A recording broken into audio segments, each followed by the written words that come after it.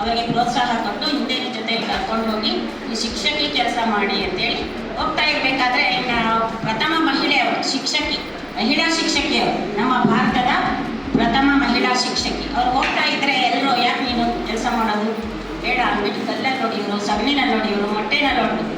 ಆದರೂ ಸಹ ಅವರು ಬ್ಯಾಗಲ್ಲಿ ಒಂದು ಎಕ್ಸ್ಟ್ರಾ ಒಂದು ಜೊತೆ ಬಟ್ಟೆ ಇಟ್ಕೊಂಡೋಗಿ ಆ ಬಟ್ಟೆಯನ್ನು ಬದಲಾವಣೆ ಮಾಡ್ಕೊಂಡು ಹೋಗಿ ಮತ್ತೆ ಅದೇ ಕೆಲಸವನ್ನು ಮಾಡಿದ್ರು. ಅಯ್ಯೋ ಬೇಡಪ್ಪ ಅಂತ ಹೆದರ್ಕೊಂಡು ಮನೇಲಿ ಇರಲಿಲ್ಲ ಅವರು. ಅದಕ್ಕೋಸ್ಕರ ಅವರನ್ನು ಈಗ ನಾವು ನೆನೆಸ್ಕೋತೀವಿ ಅಲ್ವಾ. ಎಲ್ಲ ಶಿಕ್ಷಕಿಯರ ಸಂಘ ಸಹ ಮಾಡಿಕೊಂಡು ನಾವು ಅವರನ್ನು ನೆನೆಸ್ಕೋತೀವಿ. ಯಾಕೆ ಆ ಮಹಿಳೆ ಧೈರ್ಯವಾಗಿ ಮುಂದೆ ಬಂದು ಹೆದರದೆ ಮುಂದೆ ಬಂದು ಕೆಲಸವನ್ನೇ ಮಾಡಿದ್ರು.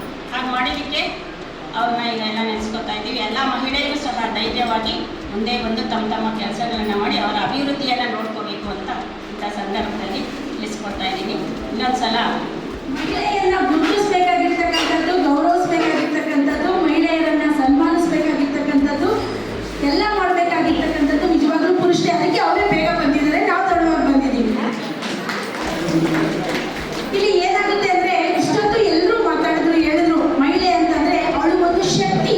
ಆ ಶಕ್ತಿ ಹೇಗೆ ಅಂದರೆ ಅವಳು ಹುಟ್ಟಿನಿಂದ ಹಿಡಿದು ಸಾಯೋವರೆಗೂ ಅವಳಿಗೆ 24 ಗಂಟೆಯಲ್ಲಿ ಒಂದು ಕ್ಷಣನೂ ಬಿಡುವಿರಲ್ಲ. ಅವಳು ನಿದ್ದೆ ಮಾಡೋವಾಗ ಎಷ್ಟು ಮಲಗಿರ್ತಾಳೋ ಅಷ್ಟು ಮಾತ್ರನೇ ಅವಾಗಲೂ ಆಕೆ ಯೋಚನೆ ಮಾಡ್ತಿರ್ತಾಳೆ, ನನ್ನ ಕುಟುಂಬ ಹೇಗೆ, ನನ್ನ ಮನೆ ಹೇಗೆ, ನನ್ನ ತಮ್ಮ ಹೇಗೆ, ನನ್ನ ಅಣ್ಣ ಹೇಗೆ, ನನ್ನ ತಂದೆ ಹೇಗೆ ಅಂತ. ಅಂದರೆ ತುಂಬ ನಿಸ್ವಾರ್ಥ ಸೇವೆ ಮಾಡ್ತಕ್ಕಂತಹ ಪ್ರಪಂಚದಲ್ಲಿ ಯಾವುದಾದ್ರೂ ಒಂದು ಶಕ್ತಿ ಇದೆ ಅಂದರೆ ನನ್ನ ಪ್ರಕಾರ ಅದು ಮಹಿಳಾ ಶಕ್ತಿ. ಆಕೆ ಎಂತಹ ನಿಸ್ವಾರ್ಥಿ ಅಂತ ಹೇಳಿದ್ರೆ ಅದೇ ಮೇಡಮ್ ಹೇಳ್ತಾ ಇದ್ರು, ಆಕೆ ತನ್ನ ಆರೋಗ್ಯನ ಕೂಡ ನೋಡ್ಕೊಳ್ಳಲ್ಲ. ಮನೆಯಲ್ಲಿರೋರು ಎಲ್ಲರ ಆರೋಗ್ಯನ ನೋಡೋದ್ರಲ್ಲೇ ಅವಳ ಆರೋಗ್ಯನ ಕಳ್ಕೊಂಡ್ಬಿಡ್ತಾಳೆ. ಇಷ್ಟೆಲ್ಲ ಸೇವೆಗಳನ್ನ ಸಹಿಸಿದ್ರು ಕೂಡ ಮಹಿಳೆಗೆ ಸಮಾನತೆ ಇಲ್ಲ. ಆಕೆನ ಸರ್ಕಾರಿ ಕೆಲಸಗಳಲ್ಲಿ ಆಗಿರ್ಬೋದು ಅಥವಾ ಯಾವುದೇ ಉದ್ಯೋಗದಲ್ಲಿ ಆಕೆಗೆ ಸಮಾನತೆ ಇಲ್ಲ, ಆಕೆಗೆ ಗೊಂದಲತೆ ಇದೆ, ಆಕೆಗೆ ಕಿರುಕುಳ ಇದೆ ಅಂತ ನಾವೆಲ್ಲ ಪ್ರತಿದಿನ ಓದ್ತಾರೆ ಇಲ್ಲ. ಅಂದರೆ ಗಂಡ ಇರಲ್ಲ ಆಕೆಗೆ, ಆಕೆ ಪಾಪ ಕೂಲಿ ನಾಲಿ ಮಾಡ್ಕೊಂಡೆ ಕೆಲಸ ಮಾಡ್ಕೊಂಡೇ ಇರ್ತಾರೆ. ಅವಳು ಕಣ್ಣಿರೋದಿಲ್ಲ, ಒಂದು ಕಣ್ಣಿರೋದಿಲ್ಲ, ನೋಡ್ಲಿಕ್ಕೆ ಚಂದ ಕಾಣಿಸಲ್ಲ. ಮಗ ಚಿಕ್ಕಂದಲ್ಲಿ ಗೊತ್ತಿಲ್ಲ, ಸ್ಕೂಲ್ ಹೋಗೋಕೆ ಶುರು ಮಾಡ್ತಾನೆ. ಸ್ಕೂಲಲ್ಲೆಲ್ಲ ಯಾವಾಗಾದ್ರೂ ಅವ್ರ ಅಮ್ಮನಿಗೆ ಮಗ ಕಳ್ಸೋವಾಗ ಬೈ ಬೈ ಅಂತ ಆಸೆ, ತಾಯಿ ಅವಳ ಆಸೆ ಆಗಿದ್ದು. ಆ ಥರ ಇರೋವಾಗ ಒಂದು ಸಲ ಇವನಿಗೆ ತನ್ನ ಫ್ರೆಂಡ್ಸ್ ಎಲ್ಲ ನೋಡಿ ನಿನ್ನ ತಾಯಿ ಏನೋ ಕುರುಡಿ ಅಂತ ಹೇಳಿದಾಗ ಅವನು ಅನ್ಸೋಕ್ಕೆ ಶುರು ಮಾಡಿದ್ರು. ಒಂದು ವಯಸ್ಸಿಗೆ ಚಿಕ್ಕನ್ನೆಲ್ಲ ಅವರೇ ಬೆಳೆಸಿರ್ತಾರೆ, ಅವರೇ ಮಾಡಿರ್ತಾರೆ. ಒಂದು ವಯಸ್ಸಿಗೆ ಅವ್ನಿಗೆ ಅನಿಸುತ್ತೆ. ಹೋಗ್ತಾ ಹೋಗ್ತಾ ಹೋಗ್ತಾ ಅವನ ತಲೆಯಲ್ಲಿ ಅದೇ ತುಂಬಿಕೊಳ್ಳುತ್ತೆ, ನನ್ನ ತಾಯಿ ಕುರುಡಿ, ನನ್ನ ತಾಯಿ ನೋಡ್ಲಿಕ್ಕೆ ಚೆಂದ ಇಲ್ಲ, ಈ ಥರ ಒಂದು ಭಾವನೆಗಳಲ್ಲಿ ಅವನು ಬರ್ತಾ ಇರ್ತಾನೆ. ಒಂದು ವಯಸ್ಸಿಗೆ ಅವನಿಗೆ ಸ್ಕಾಲರ್ಶಿಪ್ ಸಿಗುತ್ತೆ. ಆವಾಗ ಅವನ ತಾಯಿ ಬೇಡ ಅನಿಸುತ್ತೆ. ಯಾಕಂದರೆ ಹೇಗೋ ದುಡ್ಡು ಅಡ್ಜಸ್ಟ್ ಆಯಿತು. ತುಂಬ ಬುದ್ಧಿವಂತ, ತುಂಬ ಚೆನ್ನಾಗಿ ಓದ್ತಾ ಇದ್ದ, ತುಂಬ ಮುಂದಕ್ಕೆ ಬಂದ, ಅನೇಕ ಡಿಗ್ರಿಗಳು ಮಾಡ್ದ, ಒಳ್ಳೆ ಕೆಲಸಕ್ಕೂ ಸೇರ್ಕೊಂಡ, ತಾಯಿನ ಬಿಟ್ಬಿಟ್ಟ. ಇವು ತುಂಬ ಒಳ್ಳೆ ಪದವಿ ಮತ್ತು ನೋಡಲಿಕ್ಕೂ ಚೆನ್ನಾಗಿದ್ದ. ಈ ಕಾರಣಕ್ಕೆ ಒಂದು ಒಳ್ಳೆ ಕಡೆ ಅವನಿಗೆ ಒಬ್ಬ ತುಂಬ ದುಡ್ಡಿರೋ ವ್ಯಕ್ತಿನೇ ಹೆಣ್ಣು ಕೊಟ್ಟು ಮದುವೆ ಮಾಡ್ತಾನೆ. ಅವನಿಗೆ ಡೆಲ್ಲಿಯಲ್ಲಿ ಕೆಲಸ ಆಗುತ್ತೆ. ಹೆಂಡತಿನ ಕರ್ಕೊಂಡು ಡೆಲ್ಲಿಯಲ್ಲಿ ಅವನು ಸೆಟ್ಲ್ ಆಗ್ತಾನೆ. ಅಲ್ಲಿಗೆ ತಾಯಿಗೆ ಮಗನ ನೋಡಬೇಕು ಅನ್ನೋ ಆಸೆ ಇರುತ್ತಲ್ಲ ಪಾಪ ಅವಳಿಗೆ. ಏನಕ್ಕೂ ಬರಲ್ಲ. ಮಾವನಿಗೆ ಮದುವೆ ಹೆಣ್ಣು ಕೊಟ್ಟು ಮಾವನಿಗೆ ಹೇಳ್ತಾನೆ, ನನ್ನ ತಾಯಿ ತಂದೆ ಯಾರೂ ಇಲ್ಲ ಅಂತ. ಅವ್ರಿಗೂ ಅಂಥದ್ದೇ ಬೇಕಾಗಿರೋದು, ಯಾರು ಇರಬಾರ್ದು. ತಾಯಿ ತಂದೆ ಫ್ಯಾಮಿಲಿ ಇಲ್ಲದೆ ಇದ್ದರೆ ತುಂಬ ಒಳ್ಳೆಯದು, ನನ್ನ ಮಗಳು ಸುಖವಾಗಿರ್ತಾಳೆ ಅಂತ ಅವನು ಕೊಟ್ಬಿಟ್ಟ. ಕೊಟ್ಟು ಆಯಿತು. ಡೆಲ್ಲಿಯಲ್ಲಿದ್ದಾರೆ ಅಂತ ತಾಯಿಗೆ ಗೊತ್ತಾಯಿತು, ಅವನ ಮಕ್ಕಳಾಗಿದೆ ಅಂತ ಗೊತ್ತಾಯಿತು. ತಾಯಿ ಆಸೆ, ಒಂದಿನ ನನ್ನ ಮಗನ ನೋಡ್ಕೊಂಡು ಬರೋಣ, ನನ್ನ ಮೊಮ್ಮಕ್ಕಳು ನೋಡೋಣ, ಅವಳ ಆಸೆ. ಅವಳು ಏನೋ ಎದ್ದೋ ಬಿದ್ದೋ ಮಾಡಿ ಯಾರನ್ನೋ ಹೇಳಿ ಡೆಲ್ಲಿಗೆ ಹೋಗಿ ಬರೀ ಹೇಗೆ ಮಗನ ಮನೆ ಹುಡುಕ್ತಾಳೆ. ಇವನು ಮಕ್ಕಳೊಟ್ಟಿಗೆ ಆಡ್ತಾ ಇರ್ತಾನೆ. ನೋಡ್ತಾನೆ ಅವ್ರ ಅಮ್ಮನ್ನ. ನೋಡಿದ ತಕ್ಷಣ ಅವನಿಗೆ ಇವಳಾಗಿ ಇಲ್ಲಿ ಬಂದು ಅಂತ ಅನಿಸುತ್ತೆ. ಅವನು ಎದ್ದು ಬಂದು ಬೈತಾನೆ, ನೀನ್ಯಾಕೆ ಬಂದೆ ಈ ಮದುವೆಯಲ್ಲಿ, ನೀನೇನು ಕೆಲಸ ಇಲ್ಲಿ? ಇಲ್ಲಪ್ಪ, ನೀನು ನೋಡಬೇಕು ಅನ್ನಿಸ್ತು, ಅದಕ್ಕೆ ಬಂದೆಪ್ಪ, ಕಷ್ಟಪಟ್ಕೊಂಡು ಬಂದಿದ್ದೀನಿ. ಅವನ ಮಗನೇ ಕೊಡೋದಿಲ್ಲ. ನೀನು ಹೋಗ್ಬಿಡು ವಾಪಸ್, ಇಲ್ಲಿರೋದು ಬೇಡ, ನನ್ನ ಹೆಂಡತಿಗೆ ಗೊತ್ತಾಗೋದು ಬೇಡ, ನೀನು ಹೋಗ್ಬಿಡು ಅಂತಾನೆ. ಅವಳು ವಾಪಸ್ ಬಂದು ಯಾವುದೋ ಒಂದು ಚಿಕ್ಕ ಬೆಂಗಳೂರಿನ ಒಂದು ಚಿಕ್ಕ ಗಲ್ಲಿಯಲ್ಲಿ ಒಂದು ಪುಟ್ಟ ಮನೆಯಲ್ಲಿ ವಾಸ ಮಾಡ್ತಾಯಿದ್ದು.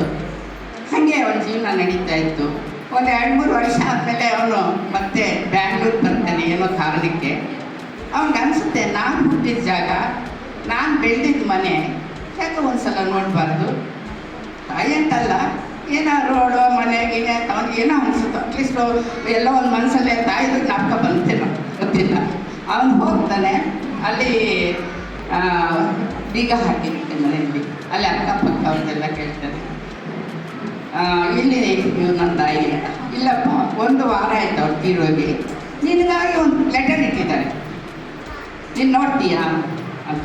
ಅವರು ಲೆಟರ್ ಕೊಡ್ತಾರೆ. ಲೆಟರ್ ಕೊಟ್ಟಾಗ ಅವನು ಕೂತ್ಕೊಂಡು, ನಮ್ಮ ತಾಯಿ ಏನು ಕೊಟ್ಟಿರ್ಬೋದು ಈ ಲೆಟರಲ್ಲಿ ಅಂತ ಅವನು ಓದೋದಕ್ಕೆ ಸ್ಟಾರ್ಟ್ ಮಾಡ್ತಾನೆ. ಓದೋದಕ್ಕೆ ಸ್ಟಾರ್ಟ್ ಮಾಡಿದಾಗ ಅವ್ರ ತಾಯಿ ಬರ್ತಿರ್ತಾಳೆ, ಕಂದ, ನೀನು ಸಣ್ಣ ವಯಸ್ಸಲ್ಲಿ ನಿನಗೆ ಆಕ್ಸಿಡೆಂಟ್ ಆಗಿ ಕಣ್ಣು ಹೋಗಿಬಿಟ್ಟಿರುತ್ತೆ, ಕಣ್ಣು ಹೋಯಿತು, ಒಂದು ಕಣ್ಣು ಹೋಗಿಬಿಟ್ಟಿರುತ್ತೆ. ಆವಾಗ ಡಾಕ್ಟರ್ ನನ್ನ ಕಾಡಿ ಬೇಡಿ ನನ್ನ ಒಂದು ಕಣ್ಣನ್ನು ನನ್ನ ಮಗನ ಕೊಡಿ, ನಾನು ಎಷ್ಟು ದಿನ ಬದುಕ್ತೀನಿ, ನನ್ನ ಜೀವನ ಹೇಗೋ ನಡೆಯುತ್ತೆ, ಈ ನನ್ನ ಒಂದು ಕಣ್ಣನ್ನು ನಿಮ್ಮ ನನ್ನ ಮಗನಿಗೆ ನೀವು ಹಾಕಬೇಕು ಅಂತ ಹೇಳಿ ಯಾಕೆ ಅವಳ ಕಣ್ಣಿಂದಲೇ ಅವನ ಪ್ರಪಂಚ ಇರೋದು ಇವತ್ತು ದಿವಸ. ಆದಾಗ ಅದು ಅವ್ರು ಓದಿದಾಗ ಅವನಿಗೆ ತುಂಬ ಬೇಜಾರಾಗುತ್ತೆ ಮನಸ್ಸಿಗೆ. ಅವ್ರು ಬಂದಿರ್ತಾರೆ, ನಾನು ಎಲ್ಲೂ ಹೋಗಿಲ್ಲ, ನನ್ನ ಕಣ್ಣಿನ ಮೂಲಕ ನಿನ್ನಲ್ಲೇ ನಾನಿದ್ದೀನಿ, ನಾನು ಎಲ್ಲೂ ಹೋಗಿಲ್ಲ ಮಗ, ನಿನ್ನಲ್ಲೇ ನಾನು ಇದ್ದೀನಿ ಅಂತ ಬಂದಿದ್ದೆ. ಆಗ ಅವನು ಚಿಂತನೆ, ಅಮ್ಮ ಅಮ್ಮ ಅಂತ. ಅನೇಕ ಜನರಿಗೆ ಇವತ್ತು ನನಗೆ ಹೇಳಬೇಕಾಗಿರೋದು, ಕಳೆದು ಹೋದ ತಾಯಿ ತಂದೆಯರು ಮತ್ತೆ ಸಿಗೋದಿಲ್ಲ, ಅವರು ಸಿಗೋದಿಲ್ಲ. ತಾಯಿ ತಂದೆಯರನ್ನ ಎಲ್ಲರೂ ಚೆನ್ನಾಗಿ ನೋಡ್ಕೊಳ್ಳಿ. ಮನೆಯಲ್ಲಿ ಅತ್ತೆ ಮಾವನಿದ್ರೆ ನೋಡ್ಕೊಳ್ಳಿ, ಒಂದಷ್ಟು ಹಿರಿಯರಿದ್ದರೆ ಅವರು ಸೇವೆ ಮಾಡಿರಿ. ಅವ್ರು ಮತ್ತೆ ನಮ್ಗೆ ಬೇಕು ಅನ್ನಿಸ್ದಾಗ, ಯಾಕೆಂದರೆ ನಮ್ಗೆ ಗೊತ್ತಿಲ್ಲದೆ ಅನೇಕ ತಪ್ಪುಗಳು ಮಾಡಿರ್ತೀವಿ. ಅವ್ರು ಇರೋವಾಗ, ಅವ್ರು ಹೋದ್ಮೇಲೆ ಅನಿಸುತ್ತೆ ನಾವು ತಪ್ಪು ಮಾಡಿರ್ತೀವಿ, ಅವ್ರಿದ್ದಾಗ ನಾವು ಚೆನ್ನಾಗಿ ನೋಡ್ಕೊಳ್ಳಿಲ್ಲ ಅಂತ ಗಿಲ್ಟ್ ಫೀಲ್ ಆಗ್ತೀರ. ಆಮೇಲೆ ಇವತ್ತು ಅಲ್ಲೇ ಇರು, ನಾಳೆ ನಾನು ಹೇಳ್ತಾ ಇರೋದು, ಇವತ್ತು ಒಂದು ವಯಸ್ಸಿರುತ್ತೆ, ಒಂದು ಉತ್ಸಾಹ ಇರುತ್ತೆ, ಅದಕ್ಕಾಗಿ ನಿಮ್ಗೇನು ಗೊತ್ತಾಗೋದಿಲ್ಲ. ಒಂದು ದಿನ ಕಾಡುತ್ತೆ, ನಮ್ಮ ಮುಪ್ಪಿನಲ್ಲಿ ನಾವು ಮಾಡಿದ ತಪ್ಪುಗಳು ನಮ್ಮನ್ನು ಕಾಡ್ತಾ ಹೋಗ್ತದೆ. ಹಾಗಾಗಿ ನಾನು ರಿಕ್ವೆಸ್ಟ್ ಮಾಡ್ಕೊತಾ ಇದ್ದೀನಿ, ಹಿರಿಯರು ಯಾರಾದರೂ ಇದ್ದರೆ ಮನೆಗಳಲ್ಲಿ ದಯವಿಟ್ಟು ಅವ್ರನ್ನ ಒಂದಷ್ಟು, ಅವ್ರು ಏನಕ್ಕೆ ಹೇಳಲ್ಲ ನಿಮ್ಮನ್ನು, ಅವ್ರು ಯಾವ ವಚನ ಕೇಳಲ್ಲ, ವೈದ್ಯರೇ ಕೇಳಲ್ಲ, ಬಟ್ಟೆ ಕೇಳಲ್ಲ, ಮನೆ ಕೇಳಲ್ಲ, ಒಂದಷ್ಟು ಪ್ರೀತಿ ಕೇಳ್ತಾರೆ, ಒಂದಷ್ಟು 4 ಮಾತು ನಿಮ್ಮ ಒಟ್ಟಿಗೆ ಮಾತಾಡೋಕ್ಕೆ ಇಷ್ಟಪಡ್ತಾರೆ. ಅವ್ರ ಜೊತೆಯಲ್ಲಿ ಕೂತ್ಕೊಂಡು ಒಂದು ಕಷ್ಟ ಸುಖ ವಿಚಾರಿಸಿದ್ರೆ ಸಾಕು, ಅವ್ರಿಗೆ ಖುಷಿಯಾಗೋಗುತ್ತೆ ಅವರಿಗೆ. ಹಾಗಾಗಿ ಅದು ಒಂದು ರಿಕ್ವೆಸ್ಟ್ ನಾನು ಮಾಡ್ಕೊಳ್ತಾ ಇದ್ದೀನಿ. ಇನ್ನು RRS ನ್ಯೂಸ್ ಗೌರಿಬಿದನೂರು ವರದಿ. ಗೌರಿಬಿದನೂರು ನಗರದ ಆಸ್ಪತ್ರೆಯ ಸಭಾಂಗಣದಲ್ಲಿ ಅದ್ದೂರಿಯಾಗಿ ಅಂತಾರಾಷ್ಟ್ರೀಯ ಮಹಿಳಾ ದಿನಾಚರಣೆಯನ್ನು ಕರ್ನಾಟಕ ರಾಜ್ಯ ನೌಕರರ ಸಂಘದ ಗೌರಿಬಿದನೂರು ತಾಲೂಕು ಸಂಘದ ಪದಾಧಿಕಾರಿಗಳಿಂದ ಆಚರಿಸಿದರು. ಈ ಕಾರ್ಯಕ್ರಮದಲ್ಲಿ ಮುಖ್ಯ ಭಾಷಣಕಾರರಾಗಿ ಭಾರತಿ ರೆಡ್ಡಿಯವರು ಮಾತನಾಡಿ ಎಲ್ಲರೂ ಕಣ್ಣೀರು ಇರುವಂತೆ ಮಾಡಿದರು. ಈ ಕಾರ್ಯಕ್ರಮದಲ್ಲಿ ಸರ್ಕಾರಿ ಇಲಾಖೆಯಲ್ಲಿ ಸಾಧನೆ ಮಾಡಿದ ಎಲ್ಲ ಮಹಿಳೆಯರಿಗೆ ಸನ್ಮಾನಿಸಿದರು.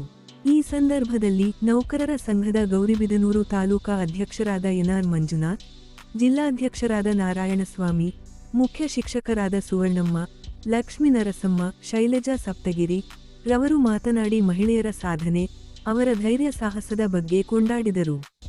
ಈ ಸಮಯದಲ್ಲಿ ಶಿವಶಂಕರ್, ಶ್ರೀಧರ್, ಕೃಷ್ಣಪ್ಪ ಎಂಎನ್ ಮತ್ತು ಎಲ್ಲ ಇಲಾಖೆಯ ನೌಕರರು, ಮಹಿಳೆಯರು, ಸಂಘದ ಎಲ್ಲ ಪದಾಧಿಕಾರಿಗಳು ಇದ್ದು ಕಾರ್ಯಕ್ರಮವನ್ನು ಯಶಸ್ವಿಗೊಳಿಸಿದರು.